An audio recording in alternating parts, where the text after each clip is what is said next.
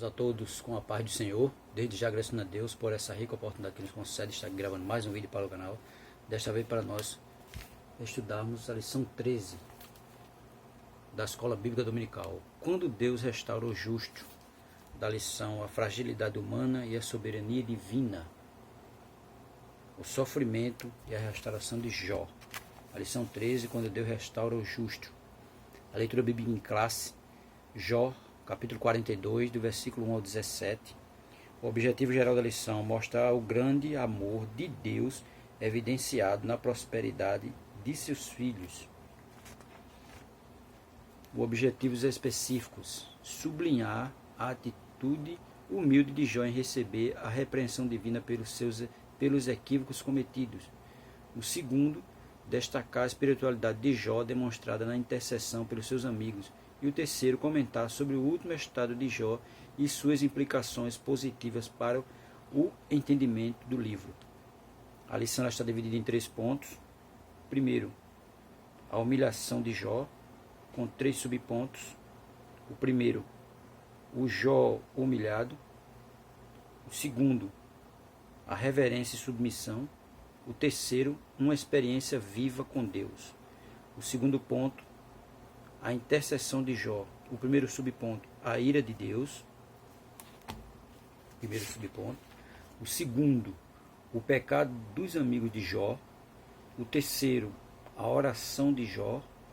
E o terceiro ponto, a restauração de Jó, dividido em 2 subpontos. O primeiro, a restauração moral e espiritual. O segundo, a restauração social e material. E a conclusão. A nossa leitura bíblica em classe, Jó, capítulo 42, do 1 ao 17. Desde já agradecendo a você que está inscrito no canal, você que se inscreveu recentemente, dizer a você muito obrigado. Mesmo havendo a pandemia, mesmo escola dominical que pararam, mas tem escola dominical que continuaram, e nós também continuamos e estamos aí encerrando mais um trimestre de 2020, muito complicado. Escolas dominicais paradas, outras com poucos irmãos e irmãs participando por conta da pandemia, mas mesmo assim conseguimos encerrar mais um trimestre, e um trimestre bastante abençoado, que foi esse livro de Jó, que trouxe muitos ensinamentos para nós e muitos exemplos para que nós possamos caminhar cada vez mais servindo a Jesus. E a leitura bíblica em classe, como eu já disse, Jó capítulo 42, do 1 ao 17, que diz assim: capítulo 42, versículo 1. Então respondeu Jó ao Senhor e disse: Bem sei eu que tudo podes, e nenhum dos teus pensamentos pode ser impedido. Quem é aquele, dizes tu, que sem conhecimento encobre o conselho? Por isso falei do que não entendia, coisas que para mim eram maravilhosíssimas e que eu não compreendia. Escuta-me, pois, e eu falarei, e eu te perguntarei, tu ensina-me. Com o ouvir dos meus ouvidos ouvi, mas agora te veem os meus olhos. Por isso me abomino e me arrependo no pó e na cinza. Sucedeu, pois, que acabando o Senhor de dizer a Jó aquelas palavras, o Senhor disse a Elifaz, o Tenamita: A minha ira se acendeu contra ti e contra os teus 2 amigos, porque não disseste de mim o que era reto, como meu servo Jó. Tomai, pois, 7 bezerros e 7 carneiros, e ide ao meu servo Jó, e oferecei holocausto por vós. E o meu servo Jó orará por vós, porque deveras a ele aceitarei, para que eu vos não trate conforme a vossa loucura, porque vós não falaste de mim o que era reto, como o meu servo Jó. Então foram Elifaz, o Tenamita, e Bildade, o Suíta, e Zofá, o Naamamita, e fizeram como o Senhor lhes dissera. E o Senhor aceitou a face de Jó. E o Senhor virou o cativeiro de Jó, quando orava pelos seus amigos. E o Senhor acrescentou a Jó outro tanto em dobro de tudo quanto possuía antes. Então vieram a ele todos os seus amigos e todas as suas irmãs e todos quanto diante conheceram e comeram com ele pão em sua casa. E se condoeram dele e consolaram de todo o mal que o Senhor lhe havia enviado. E cada um deles lhe deu uma peça de dinheiro, e cada um pendente de ouro. E assim abençoou o Senhor o último estado de Jó mais do que o primeiro, porque teve 14.000 ovelhas, 6.000 camelos, e 1.000 jumentas de boi e 1.000 jumentas. Também teve 7 filhos e 3 filhas, e chamou o nome da primeira Gemima, e o nome da outra Késia, e o nome da terceira Querenhapuc. E em toda a terra não se acharam mulheres tão formosas como as filhas de Jó. E seu pai lhes deu herança entre seus irmãos. E depois disto viveu Jó 140 anos, e viu a seus filhos e os filhos de seus filhos até a 4ª geração. E então morreu Jó, velho e farto de dias. Veja que Deus virou o cativeiro de Jó e abençoou o último estado de Jó mais do que o primeiro. O texto áureo vai dizer assim: e o Senhor virou o cativeiro de Jó quando orava pelos seus amigos, e o Senhor acrescentou a Jó outro tanto em dobro a tudo quanto dantes possuía. Jó capítulo 42, versículo 10. Mesmo os amigos de Jó achando que Jó estava em pecado, que tudo estava acontecendo na vida de Jó era por conta de pecado, mas não era, que Jó sabia disso. Veja que naquele momento, mesmo assim, ele ainda orou pelos seus amigos. Ele teve compaixão dos amigos dele, mesmo ele falando tudo quanto não devia sobre ele, mas mesmo assim ele foi orar pelos seus amigos. A nossa verdade prática diz assim: a restauração do ser humano acontece em razão do amor e da misericórdia de Deus, e não como consequência do esforço pessoal, piedade ou atos de bondade. Tá vendo? Não é piedade nem ato de bondade do ser humano, mas é a misericórdia de Deus. A nossa introdução ela vai dizer assim: nesta última lição trataremos sobre a restauração de Jó. Veremos que ela se dá quando ele se humilha diante de Deus e intercede por seus amigos. Constataremos também que o testemunho de Deus sobre Jó provou ser verdadeiro, e seus amigos tiveram de se retratar. Veja que Deus testemunhou a favor de Jó. Não foi Jó que testemunhou dele mesmo, mas foi Deus. E seus amigos tiveram que se retratar.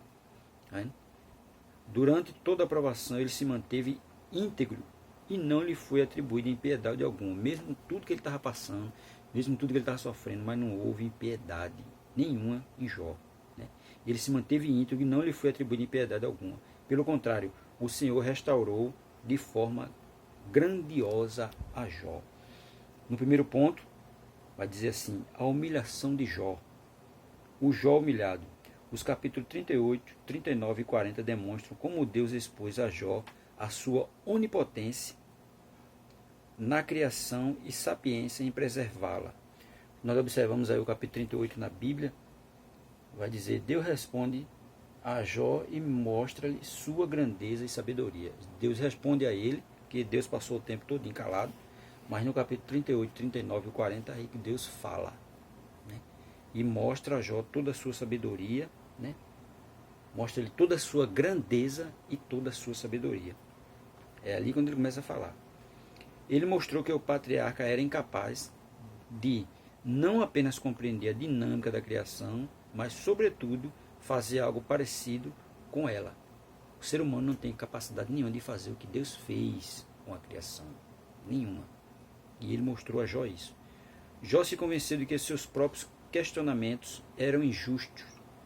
Se ele não era capaz de fazer o que Deus fez, então com que direito criticava os caminhos divinos? Porque muitas vezes o camarada está passando pela situação, mas ele vai dizer que não era para ele estar passando naquela situação. Ele era justo e não era para estar sofrendo, como Jó sofreu. Muitos acham assim.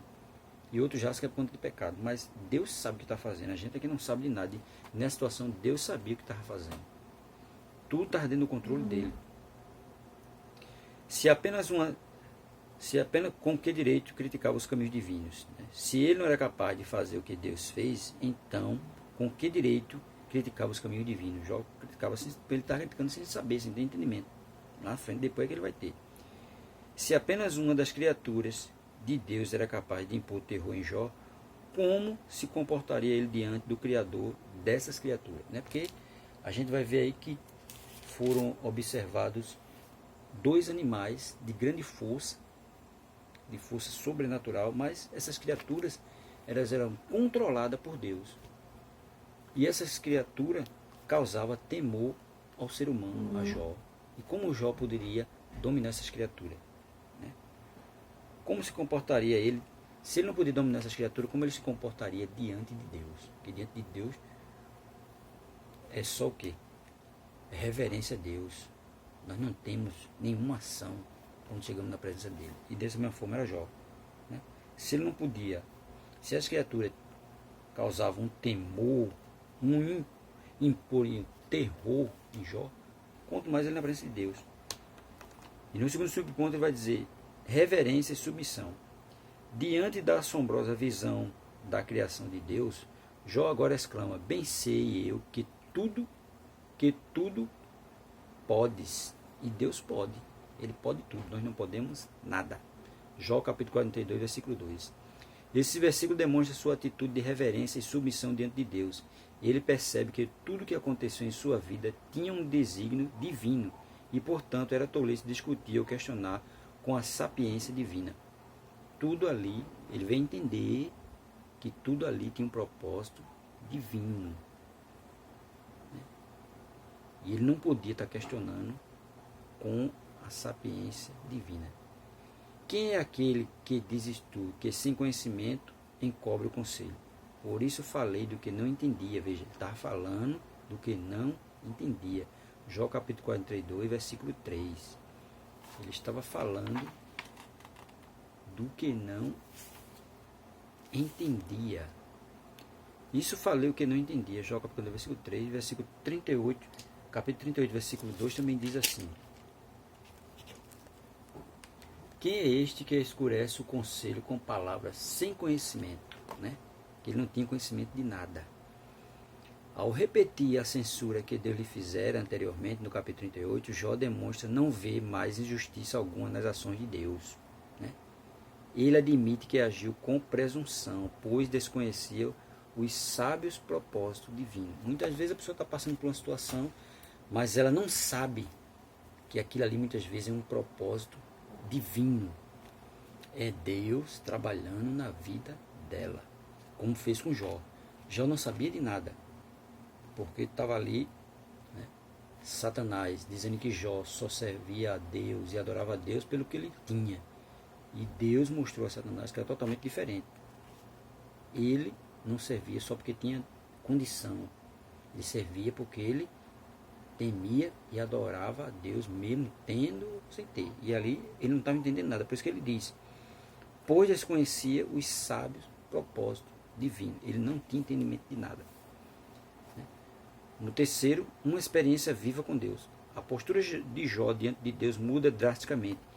Ele ainda continua a se dirigir a ele, mas não da mesma forma que fazia. Agora a sua atitude é humilde, reflexo de uma experiência viva com Deus, conforme descrito nas seguintes palavras: com o ouvido dos meus ouvidos ouvi, mas agora te veem os meus olhos. Jó capítulo 42, verso 3. Antes ele ouvia falar de Deus, mas agora com os olhos ele o vê. Então ele mudou totalmente. Para Jó, Deus era conhecido apenas de ouvido, mas agora o patriarca viu o Criador. Essa experiência mudou-lhe a forma de ser. Segundo o teólogo Roy Zuck, Jó possuía um conhecimento de Deus apenas por tradição, de segunda ou terceira mão, alguém que tinha falado de Deus para ele. E ele não tinha aquela experiência, né, direta com Deus, mas agora ele tem. Jó possuía um conhecimento de Deus apenas por tradição, de segunda ou terceira mão, mas agora ele o conhecia por meio de uma experiência pessoal, uma experiência pessoal com Deus, não de ouvir falar, não de alguém dizer para ele, uma experiência agora pessoal.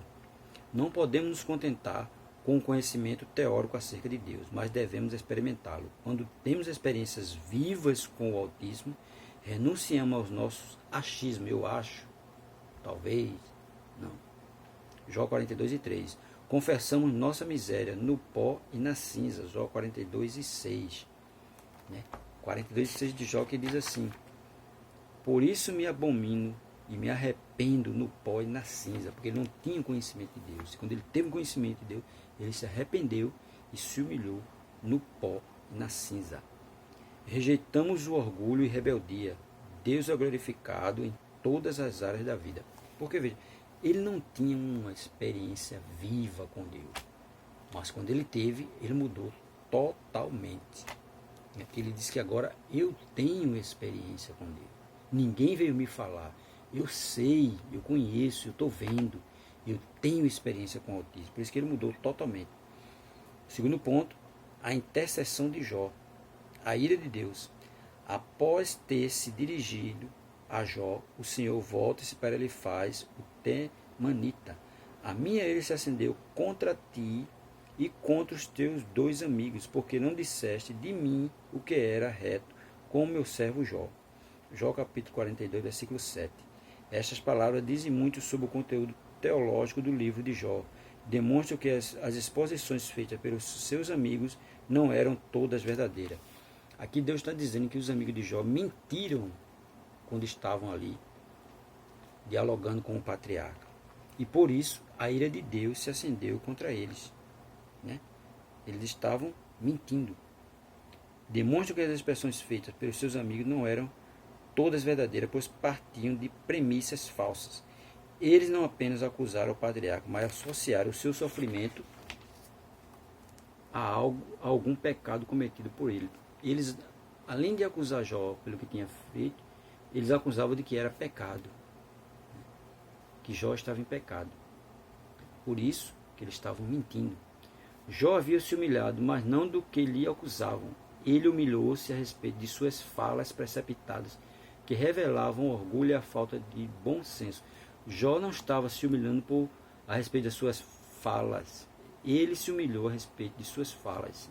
Não ficou preocupado com aquilo que alguém estava lhe acusando. Ele não estava se humilhando porque estava sendo acusado de ter cometido algum pecado, não. Ele estava se humilhando por conta de ter falado coisas sem entendimento.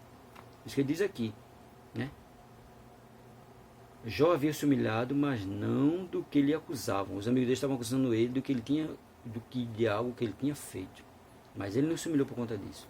Ele se humilhou por conta de estar falando coisas sem entendimento. Ele errou durante o seu sofrimento, mas não por conta de pecados cometidos antes do atual sofrimento. Veja o que ele diz aí. Ele vai dizer aqui: em outras palavras, ele errou durante o seu sofrimento, mas não por conta de pecados cometidos antes do atual sofrimento. Ele errou por conta de falar coisa que ele não sabia. Ele estava falando coisa precipitada. E no segundo ponto ele vai dizer aí, segundo subponto, o pecado dos amigos de Jó. Representado por Elifaz, capítulo 42, versículos 7 e 9, o mais velho, o pecado dos amigos de Jó foi evidentemente exaltar a justiça de Deus, mas limitar-se ao seu poder soberano. Para eles, todo sofrimento deveria ser uma consequência de um juízo divino como resposta a um pecado praticado. Na antiguidade, muita gente achava que era isso. Quando alguém estava passando por dificuldade, por sofrimento, alguma coisa, se atribuía isso ao pecado. E eles erraram por conta disso, de achar que tudo que Jó estava passando era por conta de pecado. Foi aí o erro deles. O erro dele foi esse. Foi evidente de exaltar a justiça divina, mas de limitar seu poder soberano, porque Deus, ele tem misericórdia de todo mundo, mesmo aquele que peca. Ele tem misericórdia e perdoa o pecado de todos. Mas aqui os amigos de Jó não. Acusaram logo ele que estava passando tudo aquilo por conta de pecado. Como no livro de Jó demonstra, quando dentro dos propósitos de Deus, o sofrimento é uma manifestação de seu amor e graça, e não uma forma de punição. Jó capítulo 1, versículo 8 ao 12. Jó 1, do 8 ao 12.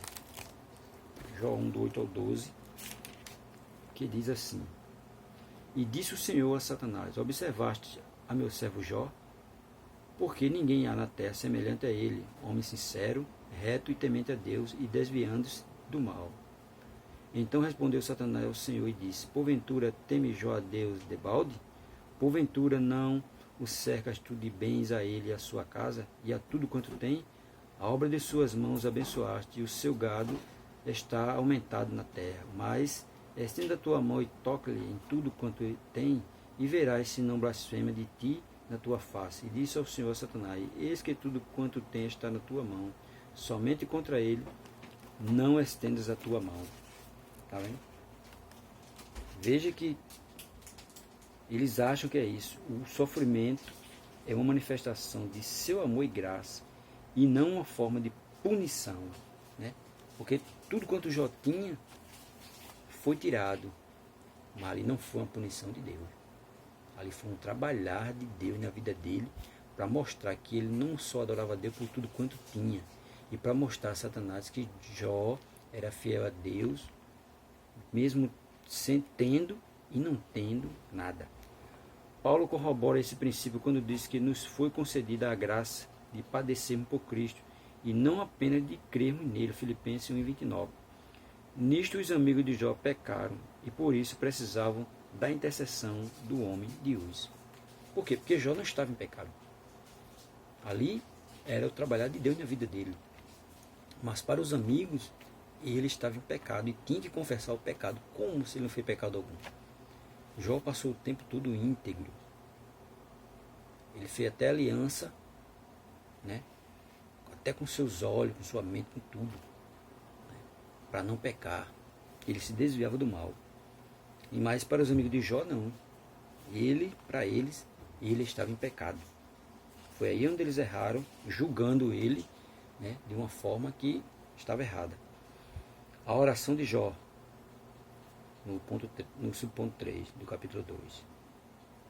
Do ponto 2. Deus dirige aos amigos de Jó e aconselha-os irem ao patriarca para que este interceda por eles. Jó, capítulo 42, versículos 7 e 8. Veja que agora a coisa mudou. Eles estavam acusando.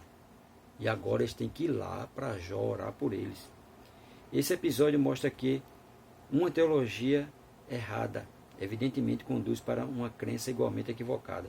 Os amigos de Jó defenderam Deus de forma enérgica e sincera, mas errada. O sofrimento do patriarca não veio como uma punição, mas como provação. A fidelidade de Jó foi provada por Deus e ele foi aprovado pelo Criador, pois continuava íntegro e com seu caráter reto. Mesmo ele passando por toda aquela situação, mas ele em nenhum momento pecou, em nenhum momento ele blasfemou contra Deus, né? Continuou íntegro e reto, mesmo no seu sofrimento, né? Viveu ali totalmente íntegro, não blasfemou de nada. A fidelidade de Jó foi provada por Deus e ele foi aprovado pelo Criador, pois continuava íntegro e com seu caráter reto, conforme sua humilhação demonstrou.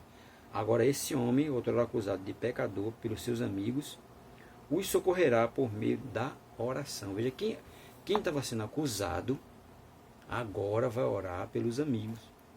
É ele quem vai orar pelos amigos. O outrora sendo acusado, agora é quem vai ter que orar pelos amigos deles, para que Deus não acenda a sua ira sobre eles. Tá vendo? Veja como a coisa mudou. Para quem estava sendo interrogado a confessar um pecado que ele não cometeu, agora ele tem que orar pelos próprios amigos. O terceiro ponto, a restauração de Jó. Primeiro subponto. A restauração moral e espiritual. A restauração de Jó acontece primeiramente nas dimensões moral e espiritual. Convém destacar que as bênçãos recebidas por ele devem ser vistas como uma restauração e não retribuição. É uma restauração e não retribuição, porque ele se manteve íntegro e ele foi restaurado, não, né, retribuído. Ele foi restaurado e não retribuído. Não há uma teologia da retribuição no livro de Jó, né, onde o ímpio é sempre punido e o justo sempre recompensado. A mensagem de Jó é diametralmente oposta a esse princípio. A lição moral e espiritual do livro é que Deus abençoa os homens porque os ama e não porque estão envolvidos numa troca de favores em que prevalece uma barganha espiritual. Não, Deus não retribui ninguém, né, por conta de fazer o bem, por conta de fazer aquilo que é certo, não. Ele não retribui ninguém por conta disso. Ele retribui porque ele ama, né, o homem, a mulher, a criança, todos. Ele ama todos. Ele abençoa os homens porque os ama e não porque estão envolvidos numa troca de favor. Eu vou fazer isso aqui porque Deus vai me abençoar. Não, eu vou fazer isso aqui porque eu tenho que fazer. E Deus vai me abençoar se Ele quiser. Eu vou fazer isso aqui porque eu fazendo isso aqui, ó, Deus está vendo e Ele vai me enriquecer. Não. Não é assim. Você vai fazer porque você é crente e Jesus habita em você e você é impulsionado a fazer o bem, sem olhar quem e sem esperar nada em troca. É isso que ele faz conosco. Ele nos abençoa porque ele nos ama. Não porque a gente está fazendo algo de bom para ser retribuído por ele, não. Nós fazemos porque é a nossa obrigação fazer o bem, sem olhar quem, não achando que Deus vai nos retribuir por conta daquilo. Então, ele não retribui ninguém por conta de estar fazendo coisa boa, não. Ele retribui porque ele ama. Né? Ele abençoa porque ele ama. Não é porque eu estou fazendo coisa boa que ele vai me abençoar, não. Ele está me abençoando porque ele me ama. Segundo subponto, ele fala a restauração social e material. A restauração de Jó também aconteceu nas dimensões social e material. Jó capítulo 42, versículo 11. 42 e 11 de Jó. As calamidades que sobrevieram sobre ele, especialmente suas feridas físicas e emocionais, o expulsaram do convívio social, porque ele estava com o corpo todo cheio de chaga, fedendo, e não ficava no meio de ninguém, ficava só, no pó e na cinza. Né? Ele suportou sozinho o que pensavam ser um julgamento de Deus, mas agora todos veem a graça divina derramada de forma abundante sobre ele. Era, portanto, a hora de voltar ao convívio social e desfrutar de tudo que o Senhor lhe deu. De tudo que o Senhor deu a ele. Pois o Senhor acrescentou a Jó outro tanto em dobro a tudo quanto ele tinha. Veja que Deus dele em dobro tudo quanto ele tinha. Jó capítulo 42 e o versículo 10.